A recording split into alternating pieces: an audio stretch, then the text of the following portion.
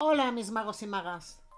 Hoy vamos a conocer la historia de la maldición que nos ha propuesto Alba DR. Se trata de Giuseppe Tartini, reconocido como uno de los mayores virtuosos del violín de su época, tan solo superado por Niccolò Paganini. Pero antes de profundizar en este tema, quiero dar la bienvenida a los nuevos suscriptores y saludar a los que me siguen desde el principio. Muchas gracias por estar un día más conmigo y ver crecer esta linda familia de magos y magas. Os recuerdo que cada miércoles hay nuevos vídeos de diferentes temáticas, relacionadas todas con las ciencias esotéricas, y que os interesa que profundice en algún tema o proponer nuevos temas, podéis dejármelo en comentarios. Y si me decís desde dónde me veis, os saludaré en el próximo vídeo.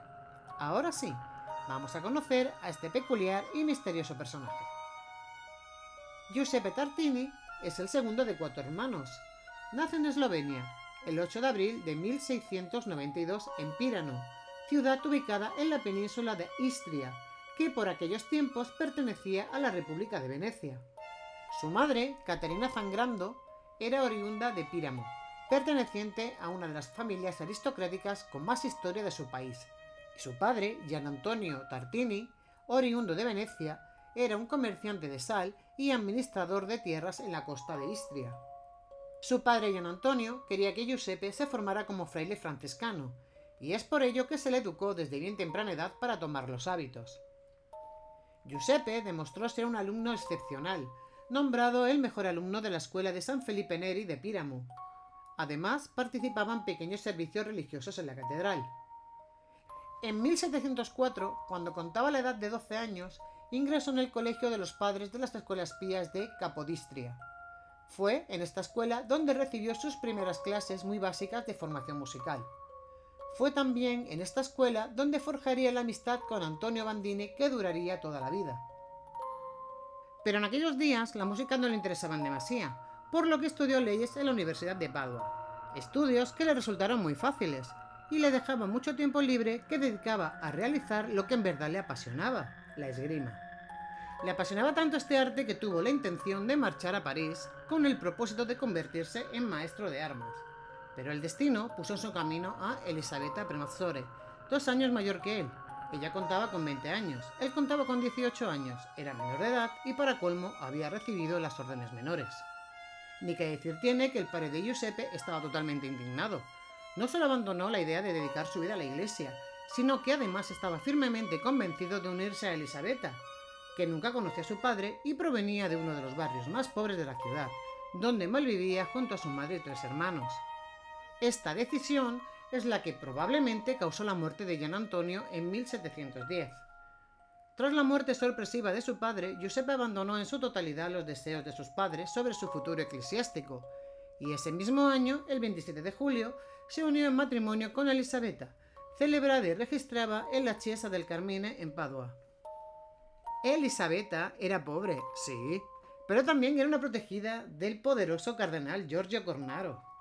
Este, al enterarse de la noticia, reaccionó de forma violenta y presentó una denuncia contra el novio, al cual acusaba de secuestro. Giuseppe fue acusado formalmente ante el magistrado, y la policía local lo buscaba para arrestarlo. Ingenio no le faltaba a Giuseppe, y viendo el cariz que toma el asunto, huye disfrazado de peregrino a Roma, donde encontró refugio en el convento de San Francisco de Asís, donde además estaba bajo la protección de su pariente, el fraile Giovanni Battista Torre, quien le esconde por 2 años, y fue este mismo pariente quien le indujo a mejorar en sus pobres conocimientos sobre música. Además, contaba con un excelente profesor, el maestro organista Bohuslav Matej Czernochowski, quien le dio clases particulares. Se mantuvo escondido durante 3 años más o menos, y este retiro o escondite se pierde cuando alguien le reconoce mientras tocaba en el coro de la iglesia. Supo entonces que el cardenal le había perdonado, por lo que regresó a Padua con su esposa, que se encontraba recluida en un convento. En 1714, en la ciudad de Ancona, trabaja como violinista en el teatro local. En 1715 se convierte en el primer propietario que se conoce del primer violín fabricado por Antonio Stradivari. En 1716 vuelve a Padua, donde conoce al compositor y teórico Francesco Antonio Balotti. Este mismo año, en un concierto en honor en el Palazzo Mozzellino en Venecia, para el que sería el rey Augusto III de Polonia, escuchó a Francesco Maria Braccini, quedando tan impresionado por la técnica de este que partió hacia Ancona, donde se aisló para practicar la técnica del arco en profundidad. Durante los años 1717 y 1718 realiza junto a la Orquesta de la Fortuna de Fano una serie de conciertos donde aparece como primer violín, en la región de las Marcas de los Estados Pontificios. En 1721 es nombrado maestro de capilla en Il Santo, en Padua. En 1723 viaja a Praga junto a su gran amigo Antonio Bandini, como participante de las celebraciones por la coronación de Carlos II como rey de Bohemia. En esta misma ciudad conoce al compositor y teórico Johann Joseph Fuchs y al violonchelista Antonio Caldara. Ambos amigos, Tartini y Bandini, deciden quedarse en Praga y prestar sus servicios al conde Kinsky y al príncipe Lokovic. En 1726 ambos vuelven a Italia debido a los problemas de salud de Giuseppe, que se establece de forma definitiva en Padua, trabajando como músico en la Basílica de San Antonio, aunque en años sucesores realizó diversos conciertos fuera de Padua. En Parma en 1728, Bolonia en 1730, Camerino en 1735, Roma en 1737 y Ferrara en 1739.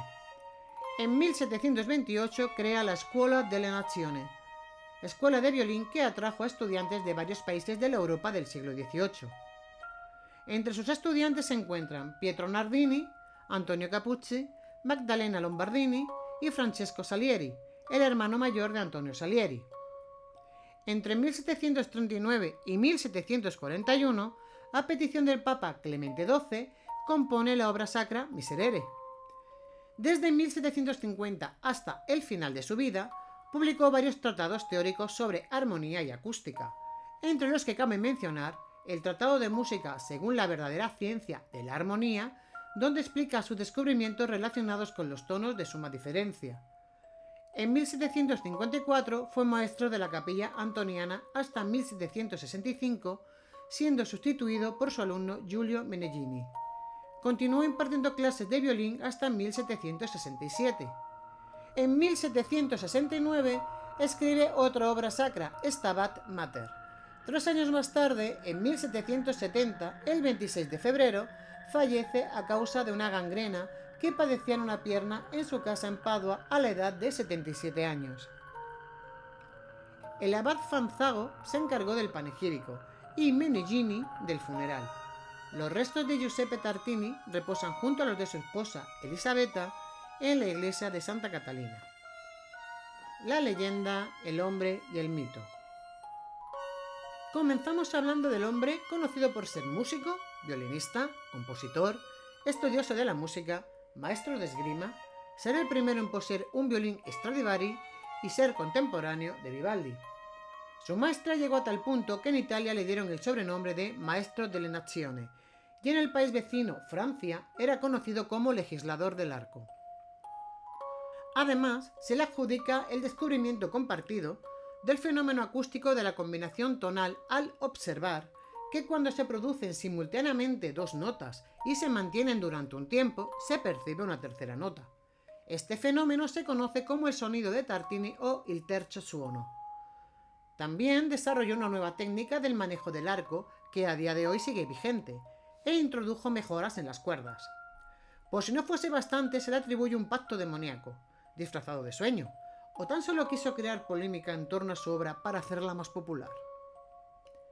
Sea como fuere, el caso es que su sueño, fábula o pacto consiguió tejer alrededor de una de sus obras la leyenda que aún hoy en día, 3 siglos después de su creación, se sigue hablando de ella.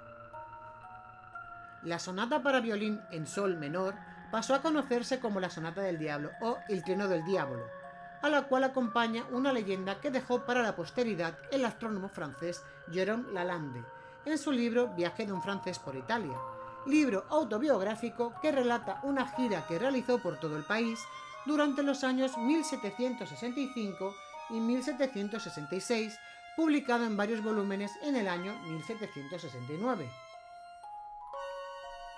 En su libro nos dice que Tartini, una noche de 1713, soñó que había realizado un pacto con el diablo y que éste estaba a sus órdenes. Todo le salía de maravilla. Todos sus deseos eran anticipados y satisfechos por su nuevo sirviente.